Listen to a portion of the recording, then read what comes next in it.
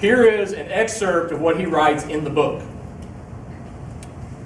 He writes this. He says, "We never plan to mess up our lives, but unfortunately, we never plan not to.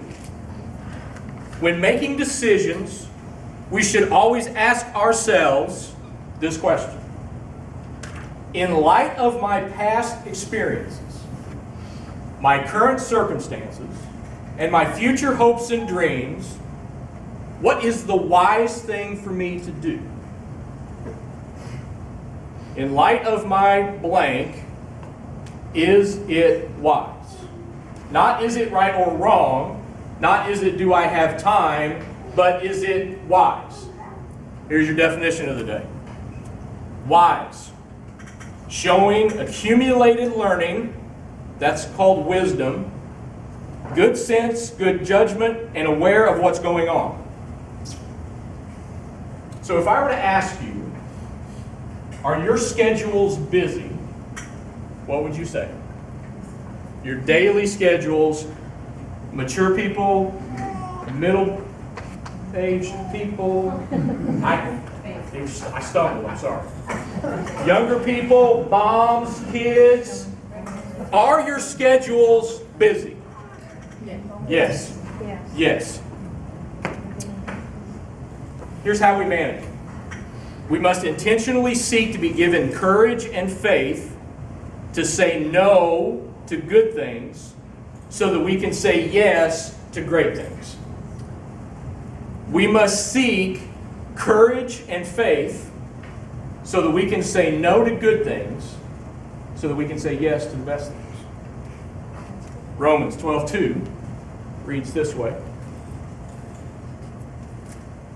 This was one from last week. And it reads, "Don't copy the behavior and customs of this world, but let God transform you into a new person by changing the way you think. Then you will know what God wants you to do, and you will know how good and pleasing and perfect He really is." Romans 12:2. The closer we are, you are, individually, corporately, as a body, as a family, the closer we are to God's heartbeat, the less like culture we will begin to look like. The less like culture we will begin to look like. We don't want to look normal. Why?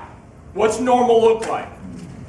Overwhelmed, overworked, frenzied, stressed, mad, angry, jealous, bitter, empty, no time for people, no time for God. Did I about cover it? Yeah, about cover it.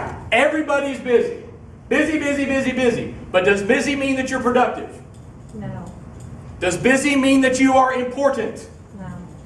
Does busy mean that you have a life full of meaning? No. Are you sure? Okay. Because our lives are being robbed of that meaning, that eternal meaning. Not because we're not committed, but because we are over committed. We are over committed. There's always something we have to do, always someplace we have to be. And it's very sad if you look behind you who you leave in the dust. Just because you could doesn't mean that you should. What happens if we chose relationships over tasks or over work? What would your life look like? Younger people, what if you chose relationships over your technology?